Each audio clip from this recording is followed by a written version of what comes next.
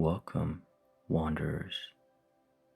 My name is Silas, and I'm your storyteller here at Slumberlight Tales. I'm so glad that you found your way here tonight. So come now, settle in and take a deep, slow breath. Let the weight of the day slip softly from your shoulders. Because tonight, you'll wander into a winter that doesn't break in with storms, but settles softly, a secret kind of magic woven into silence. It all begins in the attic. The air up there is thick and still, carrying the tender scent of years, a dry, gentle mixture of old paper, cedar shavings, and cool, resting dust. You aren't up here by choice, but by necessity, fulfilling that yearly ritual of preparing the house for winter's deep embrace.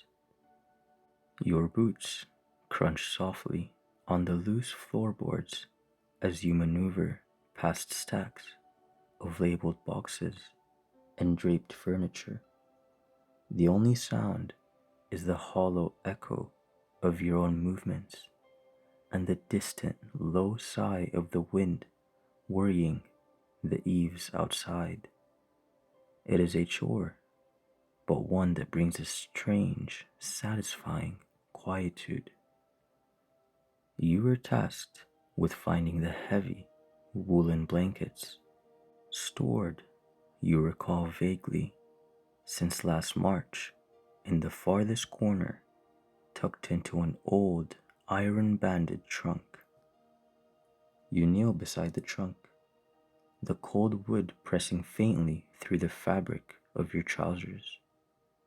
The latch is stiff, but with a soft click and the whisper of disturbed old hinges, you lift the lid. The first items inside are several layers of tissue paper, brittle and yellowed, protecting items you haven't thought about in decades. And there it is, not the blankets yet, but lying nestled like a forgotten jewel is a snow globe. You lift it out, cradling its weight in both hands. It is heavier than any modern trinket, the glass surprisingly thick and cool against your palms. You hold it up to catch the narrow shaft of pale afternoon light filtering through the attic window. The scene captured within is utterly distinct. It isn't just a generic winter landscape. It is a tiny, perfect Victorian town, constructed meticulously from miniature brick and timber. Every window glows with a soft, persistent yellow light, suggesting fireplaces and ongoing, cozy conversations. There are miniature street lamps, their gas flames caught forever in perpetual twilight. The streets are dusted with a pure, unblemished white snow, and a tiny, detailed figure of a man stands beside a lamppost, looking as if he were waiting for an appointment. You turn the globe slowly, watching the fixed, crystalline snow refuse to fall, the clear liquid entirely undisturbed. There's a peculiar feeling emanating from the glass, not cold exactly, but a deep, resonant hum that seems to vibrate in the silence of the attic. An impulse, sudden and gentle, guides your finger. You tap the glass just once with the soft pad of your index finger. Ting was the sound it made. The sound is shockingly clear in the quiet room. But what happens next steals the echo entirely. The fixed internal snow, which had been frozen in place for years, suddenly springs to life. It doesn't drift downward, it erupts outward in a magnificent, blinding spiral. The light emanating from the globe intensifies from a soft yellow to a brilliant, swirling silver that swallows the dusty corners of the attic. You shut your eyes against the momentary glare, feeling the weighty coldness of the globe disappear entirely from your grasp. A strange dizziness washes over you, not unsettling, but like the slow tilt of a boat settling into calm waters. The smell of dust and old wood vanishes, replaced by an intensely clean, sharp scent. Pine needles, wood smoke, and the mineral sharpness of fresh snow. When you open your eyes, the high ceiling and slanted roof of the attic are gone. You are standing on firm ground. The ground is paved with smooth, dark cobblestones, glazed wetly by a recent snowfall. The air is crisp, hitting your lungs with a delightful, invigorating coolness that feels alive. You look up. The sky is a deep, velvet indigo, filled with stars that seem impossibly close and bright. You are still the same size, yet the world around you has expanded to meet you. You are standing on the corner of a narrow street in the very town you had just seen trapped inside the glass. The buildings here are three-story Victorian terraced houses, the roofs steeply pitched under a thick frosting of snow. Every window is a beacon of soft, internal radiance. The silence is profound, broken only by the muffled sound of distant, tiny sleigh bells, the kind that might be attached to a pony, not a massive horse. The snow itself seems to absorb sound, muffling the world into a hushed intimacy. The street lamps, just like the miniatures, glow with a delicate gas flame, casting long, fractured shadows across the pristine snow. A voice, soft as falling snow and smelling faintly of pipe tobacco and warm cedar, speaks from just beside you. Welcome, friend. I have been waiting for someone to tap the glass. You turn quickly, but without alarm. Standing there is the man you had seen, represented by the miniature figure beside the lamppost. He is short and stout, bundled in a long, charcoal gray wool coat and a matching knit scarf. His face is a map of gentle wrinkles, framed by spectacles perched low on his nose, and his eyes hold the kindest, warmest light you have ever encountered, the exact color of aged amber. You are the toy maker, you ask, your voice a quiet intrusion into the profound stillness. He smiles, a slow, deep curve of his mouth. Elias, at your service. And yes, among other things, this, you see, is my workshop, he says. though it is quite large now that you are inside it. He gestures widely to the encompassing town. This is Hearthwood, a place built to hold nothing but quiet, contented moments. He begins walking slowly down the street, his pace easy and utterly unhurried. You fall into step beside him. You appear surprised, Elias murmurs. I was cleaning an attic, you confess, feeling strangely sheepish about your prior task. And now I'm here. How? The snow globe is merely the key, Elias explains, his voice low and soothing. It is a container built of longing and the quiet wish for peace. When you tapped it, you didn't just shake the snow, you synchronized your own quietude with the heart of this place. That's how the doorway opens. Only during the transition into winter, when the world outside holds its breath, does the magic rise strong enough. He pauses at an intersection. The cobblestone beneath your feet feels solid and real, transmitting the subtle chill of the ground below. The air smells sweeter here, closer to baking spices than pine.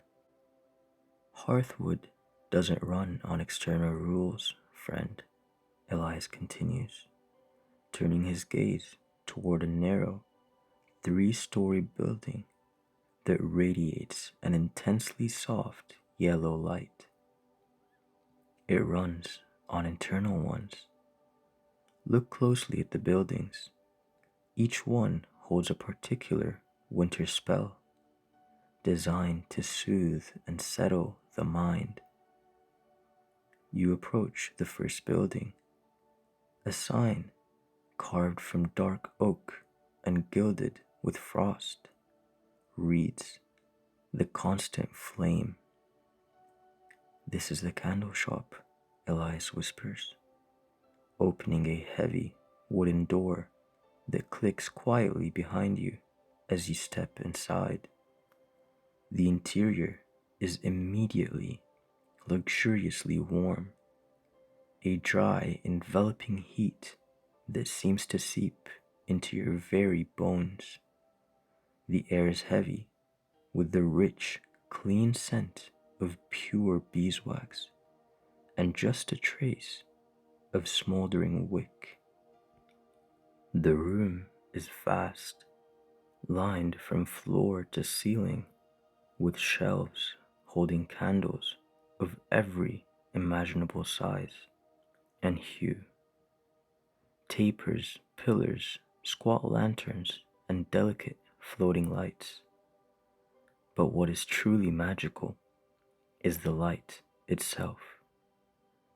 Dozens of candles are lit, scattered across tables and shelves, yet the light is entirely steady. There is no flicker, no nervous shifting, just a deep, unperturbable golden glow. They are my memory candles, Elias explains, walking slowly past a display of ivory pillars. They don't burn down, you see. They simply hold the light of the moment they were created for. Every wish for quiet, every thought of warmth, every settled evening, it is absorbed into the wax. You reach out and gently touch a pillar candle. The wax is cool to the touch, smooth as silk, yet the light it casts feels intensely hot, radiant. The silence within the shop is exceptional. It seems to have swallowed every outside noise, leaving only the faintest, most rhythmic drip, drip, drip of molten wax, cooling prematurely, a sound that is strangely hypnotic.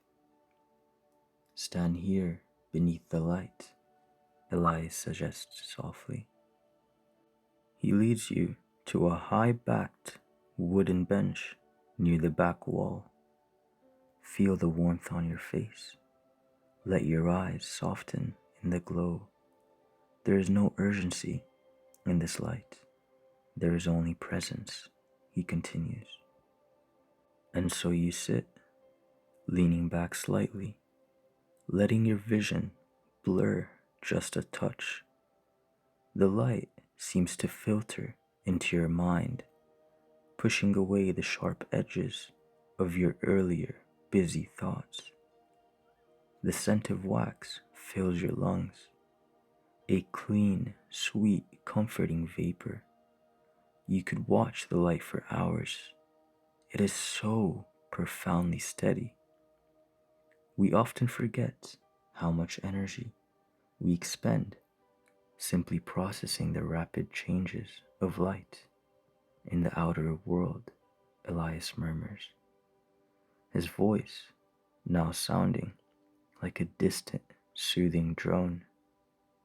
Here, the illumination is constant.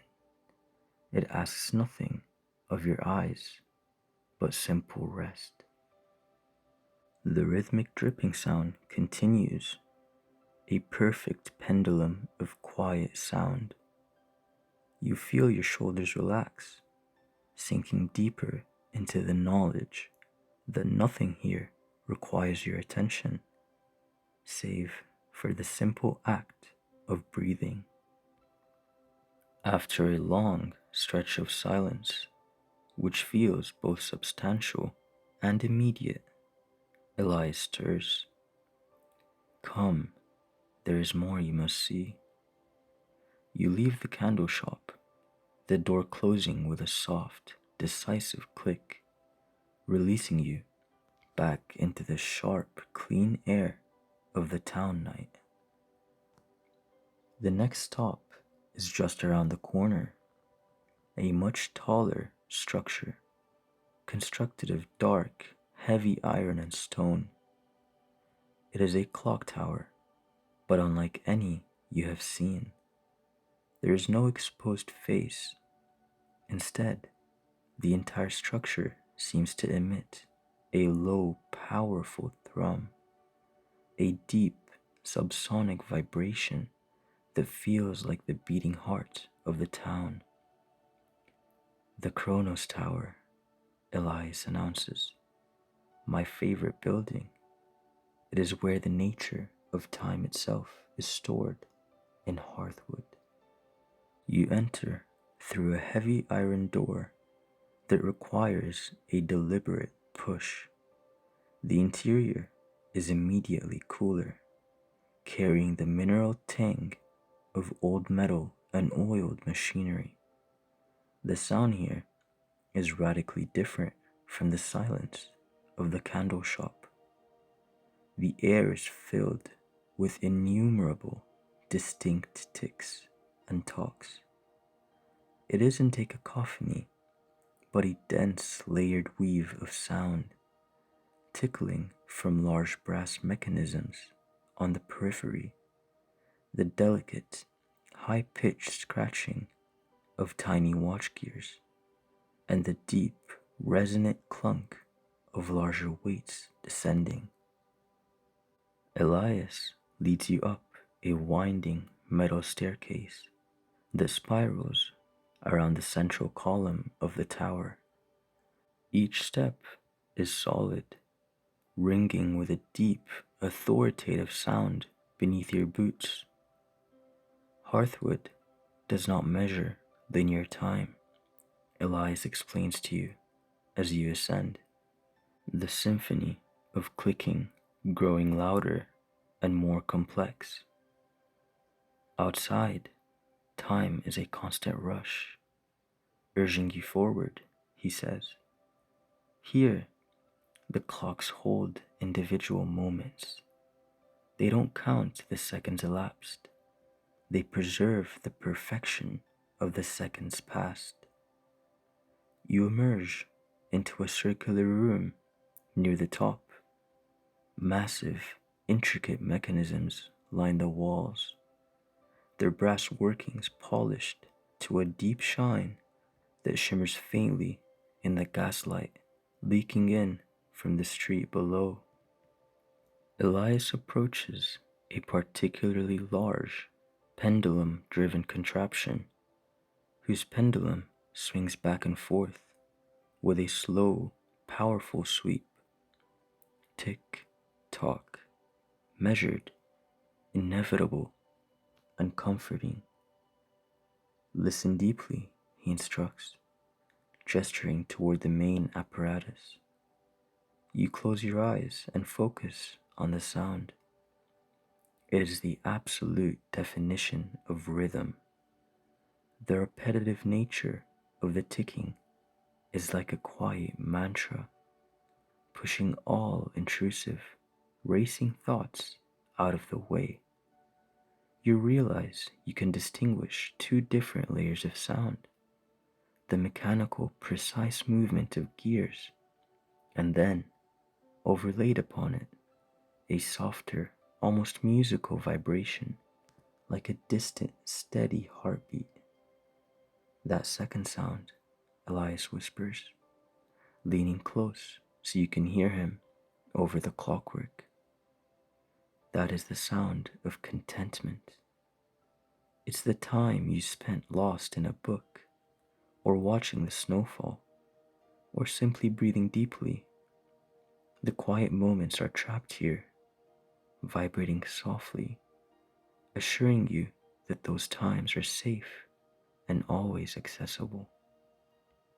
You stand there for what feels like 10 minutes, maybe an hour. Time is meaningless here. The rhythm of the clocks is profoundly grounding. It isn't a reminder of deadlines or schedules, but a reminder of constancy. The world, when reduced to this steady, measurable movement, feels utterly reliable. The mechanical precision is a form of absolute, dependable reality. A deep sense of peace settles in the center of your chest, resonating with that powerful thrum beneath your feet. Elias places a gentle hand on your shoulder. The Chronos Tower is where we leave the anxieties of the future. They cannot cling to mechanisms built only for preservation. You begin your descent, the sound of the metal steps echoing sharply before being absorbed once more by the collective ticking. Back on the street, the air is still cold, but you feel a radiating warmth from within, a residue of the candle shop and the rhythmic energy of the clocks. There is one final place we must visit before the hour grows too late, Elias says, quickening his slow pace just slightly. The most necessary spell of all. He leads you down the main boulevard. Here, the buildings are closer together, and the atmosphere is distinctly focused on comfort. You can now smell something glorious, a heady mixture of brown sugar, cinnamon, and the deep, earthy fragrance of cooling bread. You stop before a low, broad building whose chimney releases a plume of thick, gently scented white smoke that rises straight into the indigo sky. The Hearthside Baker. This is where all the quiet energy we've collected is turned into warmth, Elias explains, opening a thick, multi-paned glass door. Stepping inside the bakery is like walking straight into the arms of pure comfort. The heat is immediate, enveloping, and moist, the kind of heat that softens the skin on your cheeks and eases tensions from your jaw. The smell is overwhelming in the best possible way. Nutmeg, roasted pecans, vanilla, and the yeasty, clean scent of rising dough. The baker inside is a woman with flour-dusted hands and a smile as wide as the loaves cooling on the racks. She merely nods a silent greeting to Elias. Elias leads you past the main counter, stacked with beautiful golden-crusted breads and frosted pastries, toward the back. The entire rear wall is dominated by an enormous brick oven, its mouth radiating a mesmerizing orange gold glow. It is here, behind the oven, that the spell of the building resides. The fire is not fueled by wood or coal, Elias explains, wiping a trace of flour from your collar. It is fueled by the gathered contentment of Hearthwood. It is the heat of the deep, restorative sleep, the essence of every good night's rest that has ever occurred in this town is concentrated here, radiating into the air. You sit on a low wooden bench near the hearth. The heat striking your legs is intense, but not aggressive, a kind of protective warmth. This is the place of sensory saturation, Elias murmurs, his voice now almost a lullaby, competing gently with the low roar of the oven. Take a deep breath, fill your lungs with the perfume of safety. You obey, inhaling deeply. The scent is rich, warm, and deeply familiar, invoking every memory of childhood safety and holiday warmth. You feel your eyelids begin to grow heavy, weighted not by fatigue, but by profound relaxation. Elias's voice continues, a comforting drone beside you. Here, we let the taste and the warmth absorb into us. The air is thickening with the promise of rest. You are safe. The heat is constant. The scents are pure. There is no hunger, no cold, no urgency here. Only the steady, enveloping presence of quiet safety. You watch the fires inside the oven. It dances, not wildly, but with a slow, deliberate rhythm, licking at the brick walls. The colors, orange, gold, and deep charcoal, seem to blend together with every soft, fiery movement. You are incredibly drowsy now.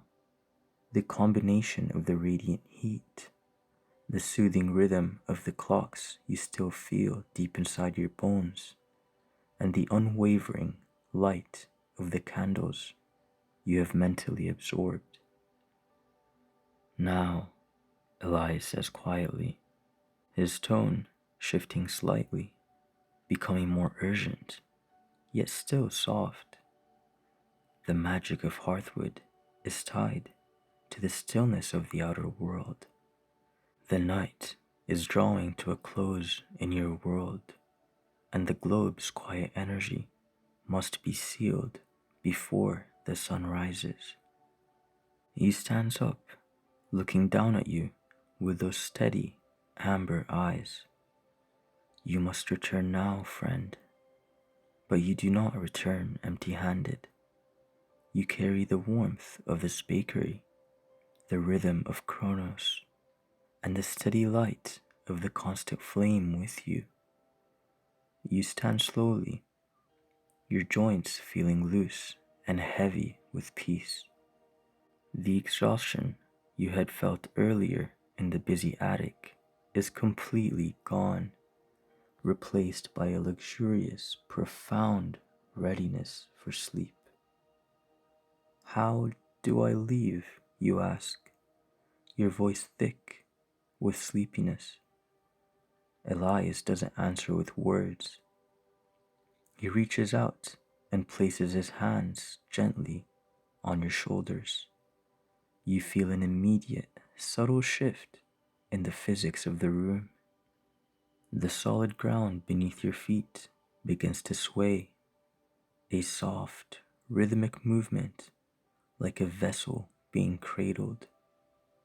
Feel the slow, gentle rock, Elias instructs. It is the globe being settled back to rest. Let this sway guide you. Keep the heat of this oven on your cheeks. The light of the bakery begins to grow brighter, blurring the edges of the room until the scent and the warmth are the only sensations left. The rhythmic swaying intensifies, slow and soothing.